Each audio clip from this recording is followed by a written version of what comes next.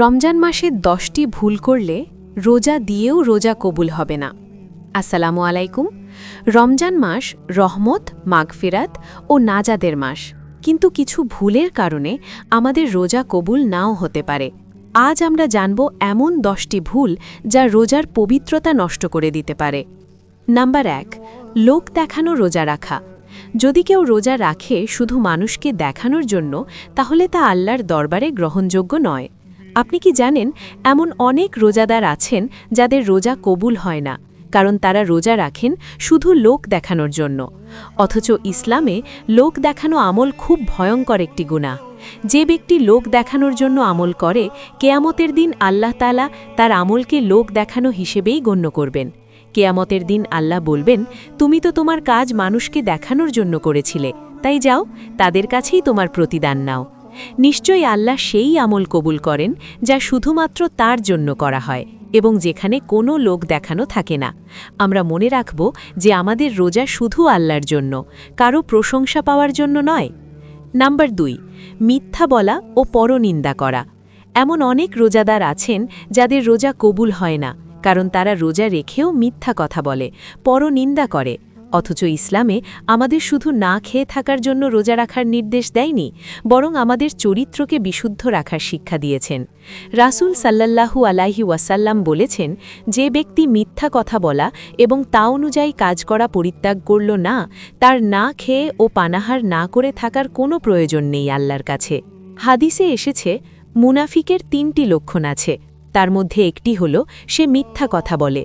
মনে রাখুন, মিথ্যা শুধু মুখের কথাই নয়, কাজেও হতে পারে, যেমন ইচ্ছে করে ভুল তথ্য দেওয়া, ঠকানো বা প্রতারণা করা, প্রতিশ্রুতি দিয়ে তার না রাখা। একজন রোজাদার যদি মিথ্যা কথা বলে, তাহলে তার রোজা শুধু ক্ষুধা ও তৃষ্ণায় পরিণত হয়, কিন্তু আল্লাহর কাছে কবুল হয় না। রাসূল সাল্লাল্লাহু আলাইহি ওয়াসাল্লাম বলেছেন, একবার আমি একদল মানুষের পাশ দিয়ে গেলাম যাদের নখ দিয়ে নিজেদের মুখ চেরা ছিল। আমি জিজ্ঞাসা করলাম, এরা কারা?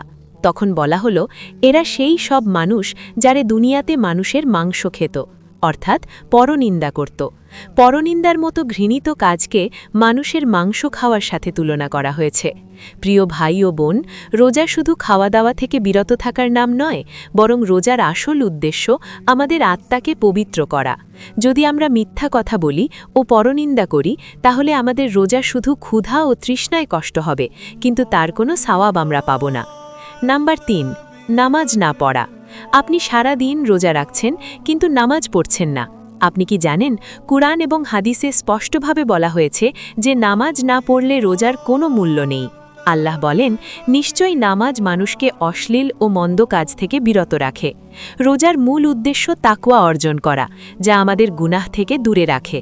আল্লাহ বলেন, হে ঈমানদারগণ, তোমাদের ওপর রোজা ফরজ করা হয়েছে, যেমন ফরজ করা হয়েছিল তোমাদের পূর্ববর্তীদের উপরে, যাতে তোমরা তাকওয়া অর্জন করতে পারো। রাসূল সাল্লাল্লাহু আলাইহি ওয়াসাল্লাম বলেছেন, আমাদের ও কাফেরদের মধ্যে পার্থক্য হল নামাজ। যে নামাজ ছেড়ে দেয় সে কাফের।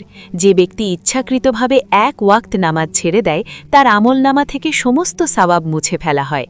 নাম্বার 4, গোপনে হারাম কাজ করা। আপনি সারা দিন রোজা রাখলেন, কেউ আপনাকে পাপ করতে দেখল না, কিন্তু গোপনে হারাম কাজ করলেন। এটা কি রোজার শিক্ষা? আল্লাহ বলেন, আমি জানি যা তোমরা প্রকাশে করো এবং যা তোমরা গোপন রাখো। রাসূল সাল্লাল্লাহু আলাইহি ওয়াসাল্লাম বলেছেন, অনেক রোজাদার আছেন যারা না খেয়ে থাকা ছাড়া কিছুই পান না।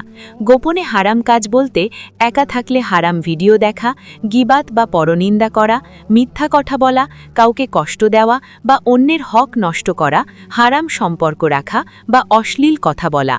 কোরআনে এসেছে, তোমরা যেখানেই থাকো কেন আল্লাহ তোমাদের সঙ্গে আছেন, আর তোমরা যা করো তিনি তা দেখেন।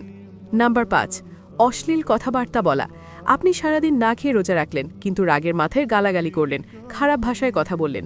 এভাবে কি আপনি রোজার পুরো ছোঁয়া পাবেন? আল্লাহ বলেন, তুমি আমার বান্দাদের বলো তারা যেন সুন্দর কথা বলে।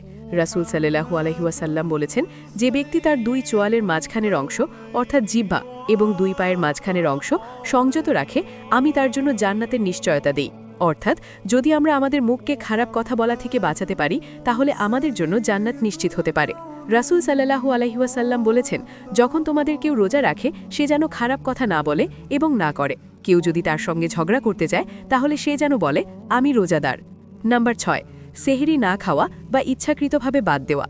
অনেকেই মনে করেন সেহরি না খেলেও কোনো সমস্যা নেই, রোজা তো হয়েই যাবে। কিন্তু রাসূল সাল্লাল্লাহু আলাইহি ওয়াসাল্লাম আমাদের সেহরি খাওয়ার ব্যাপারে কি উপদেশ দিয়েছেন?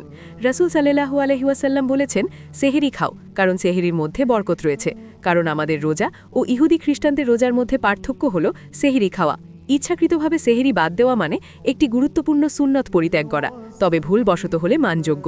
রাসূল সাল্লাল্লাহু আলাইহি ওয়াসাল্লাম বলেছেন, তোমাদের কেউ যদি এক ঢোক পানি খেয়েও সেহরি করে তবুও যেন সেহরি খাওয়া পরিত্যাগ না করে। সেহরি খাওয়া কোনো বাধ্যতামূলক বিষয় নয়, কিন্তু এটি সুন্নত এবং এতে অনেক বরকত রয়েছে। সেহরি না খেলে রোজা হবে, তবে বরকত ও শক্তি কমে যাবে। তাই আমরা যেন এই সুন্দর সুন্নতটি পালন করি এবং সেহরির সময় আল্লাহর কাছে দোয়া করি। নাম্বার 7, সময় মতো ইফতার না করা। অনেকেই মনে করেন ইফতার দেরি করে করলে রোজার সওয়াব বেশি হবে, কিন্তু সত্যি কি তাই? রাসূল সাল্লাল্লাহু আলাইহি ওয়াসাল্লাম বলেছেন, আমার উম্মত ততদিন কল্যাণের উপর থাকবে যতদিন তারা দ্রুত ইফতার করবে, অর্থাৎ সময় মতো ইফতার করবে। অর্থাৎ ইফতার দেরি না করে দ্রুত করা সুন্নত এবং কল্যাণের একটি কাজ। যখন সূর্য অস্ত যায় তখনই ইফতার করা উচিত। আল্লাহ তাআলা বলেন, তোমরা সেহরি খাও এবং রাতের বেলায় সূর্য ডোবার সঙ্গে সঙ্গে ইফতার করো। রাসূল সাল্লাল্লাহু আলাইহি ওয়াসাল্লাম বলেছেন, তোমরা খেজুর দিয়ে ইফতার করো, যদি খেজুর না পাও তবে পানি দিয়ে ইফতার করো, কারণ তা পবিত্র। যদি কেউ ভুলবশত দেরি করে বা জানার সুযোগ না থাকে তবে আল্লাহ ক্ষমাশীল, কিন্তু ইচ্ছাকৃতভাবে দেরি করা ইসলামের সুন্নতের বিপরীত। নাম্বার 8, রোজার সময় অতিরিক্ত ঘুমানো ও অলসতা করা।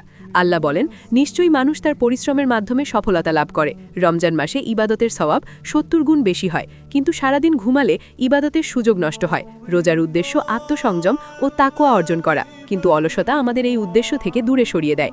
রোজার সময় কাজকর্ম বাদ দিয়ে সারাদিন ঘুমানো মানে নিজের দায়িত্ব ফাঁকি দেওয়া। রাসূল সাল্লাল্লাহু আলাইহি ওয়াসাল্লাম বলেছেন, আল্লাহ অলস ও কর্মবিমুখ মানুষকে পছন্দ করেন না। রমজান মাসে অলসতা ও অতিরিক্ত ঘুম না করে বরং ইবাদত, জ্ঞান অর্জন ও উপকারী কাজে সময় ব্যয় করা উচিত, তাহলে রোজার আসল উদ্দেশ্য সফল হবে। নাম্বার 9, দৃষ্টি হেফাজত না করা। অনেকেই রোজা রেখে অনৈতিক বা হারাম দৃশ্য দেখে। আল্লাহ বলেন, মুমিন পুরুষদের বলো তারা যেন তাদের দৃষ্টি অবনমিত করে, অর্থাৎ নিচে করে, এবং নিজেদের লজ্জাস্থানের হেফাজত করে। এটাই তাদের জন্য উত্তম। কোরআনে আল্লাহ স্পষ্টভাবে বলেছেন যেন আমরা আমাদের দৃষ্টি সংযত রাখি। রাসূল সাল্লাল্লাহু আলাইহি ওয়াসাল্লাম বলেছেন, তোমরা তোমাদের দৃষ্টি অবনমিত করো, কেননা দৃষ্টি হচ্ছে শয়তানের বিষাক্ত তীর। রোজা রেখে হারাম দেখা মানে রোজার আসল উদ্দেশ্য থেকে দূরে সরে যাওয়া। হারাম দেখা শয়তানের ধোঁকা, যা ধীরে ধীরে আমাদের তাকওয়া নষ্ট করে ফেলে।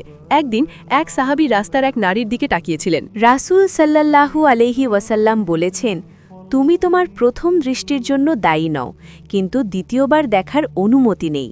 অর্থাৎ হঠাৎ চোখ পড়লে সমস্যা নেই, কিন্তু ইচ্ছাকৃতভাবে তাকানো হারাম। নাম্বার 10, হারাম খাবার খাওয়া বা হারাম উপার্জন করা। আমরা সারাদিন রোজা রাখছি, কিন্তু কখনো কি ভেবেছি আমাদের খাবার হালাল তো? যদি হারাম উপার্জন দিয়ে ইফতার করি তবে কি আমাদের রোজা কবুল হবে? আল্লাহ বলেন, হে মুমিনগণ, তোমরা যা হালাল ও পবিত্র তা খাও এবং শয়তানের অনুসরণ করো না, নিশ্চয় সে তোমাদের প্রকাশ্য শত্রু। আমাদের দোয়া ও ইবাদাত তখনই কবুল হয় যখন আমাদের খাবার ও উপার্জন হালাল হয়। রাসূল সাল্লাল্লাহু আলাইহি ওয়াসাল্লাম বলেছেন, আল্লাহ পবিত্র এবং তিনি পবিত্র জিনিসই পছন্দ করেন। যে ব্যক্তি হারাম খাবার খায় তার দোয়া 40 দিন পর্যন্ত কবুল হয় না। যে শরীর হারাম খাবারে বৃদ্ধি পায় জান্নাত তার জন্য হারাম, এবং যে ব্যক্তি হালাল জীবিকা খায় এবং আল্লাহর পথে চলতে থাকে সে জান্নাতীদের অন্তর্ভুক্ত হয়। অর্থাৎ হালাল উপার্জন আমাদের জান্নাতের পথে নিয়ে যাবে ইনশাআল্লাহ। রমজান মাস হলো ইবাদতের মাস। শুধু রোজা রাখাই যথেষ্ট নয়, বরং আমাদের উপার্জন ও খাবারও হালাল হতে হবে, তাহলেই আমাদের রোজা কবুল হবে ইনশাআল্লাহ।